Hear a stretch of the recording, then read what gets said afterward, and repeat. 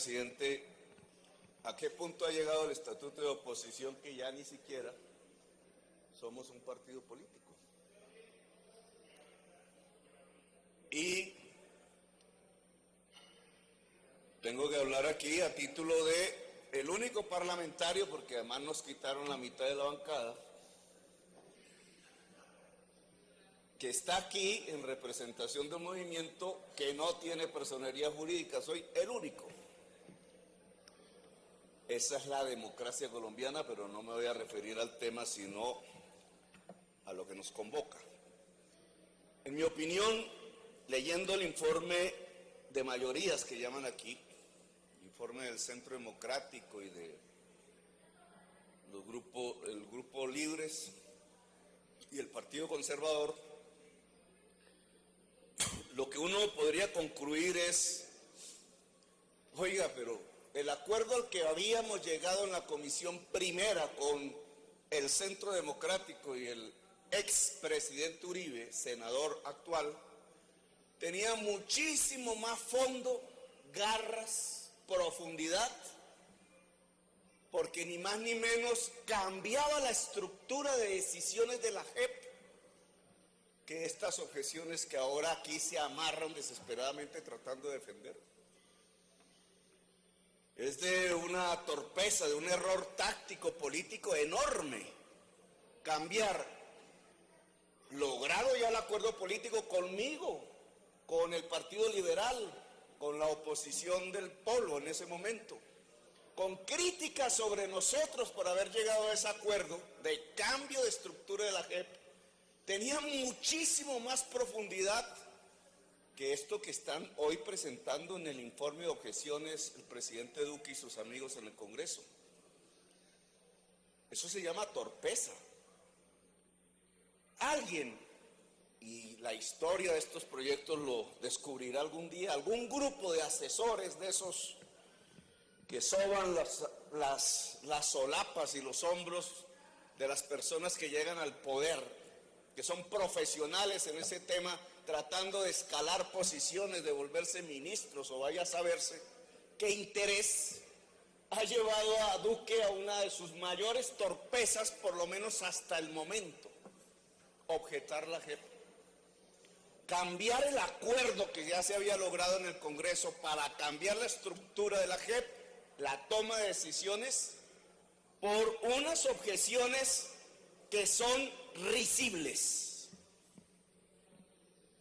que no tienen, y por eso el desespero de la bancada aquí presente del Centro Democrático por tratar de construir un discurso que permita venderle a la opinión pública el que las objeciones no son risibles, sino que tienen que ver ni más ni menos con el presente y el futuro del narcotráfico en Colombia.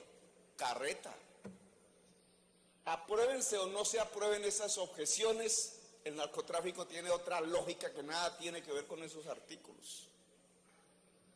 Esos artículos que se objetan se hacen con un prurito o con una equivocación política torpe. Alguien creyó que si había una votación dispar entre las cámaras del Senado y de la Cámara de Representantes, se hundía el proyecto de JEP.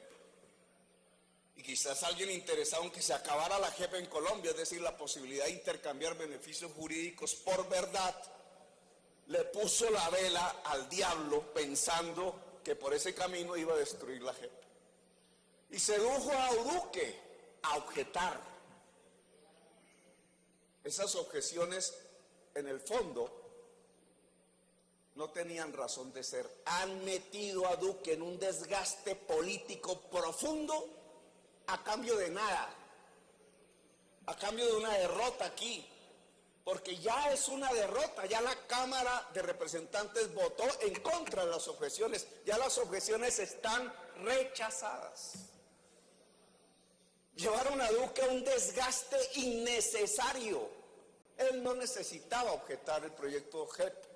Él podía presentar un proyecto de acto constitucional con esto mismo que aquí se está tramitando, o quizás, si el Centro Democrático hubiera sido más leal con el acuerdo político parlamentario, hoy estaríamos cambiando la estructura de la JEP, ni más ni menos.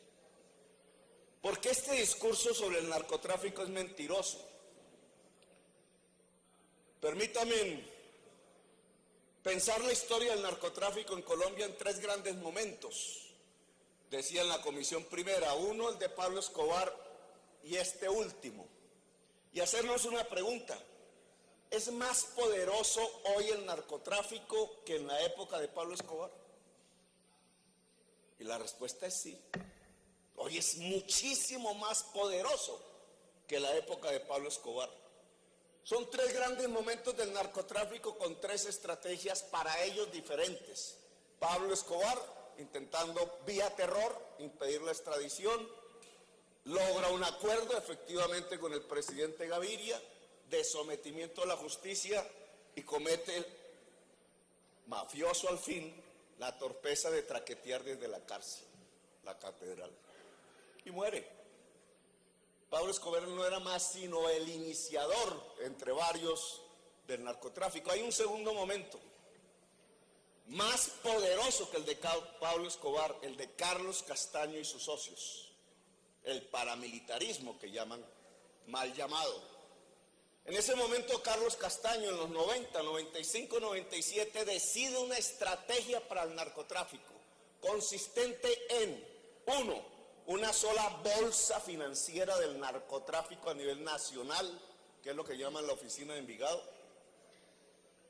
Un solo ejército mafioso, la SAUC, a escala nacional, y una cooptación política del Estado en lo que ellos llamaron la refundación de la patria, que llega incluso a una negociación política con el gobierno.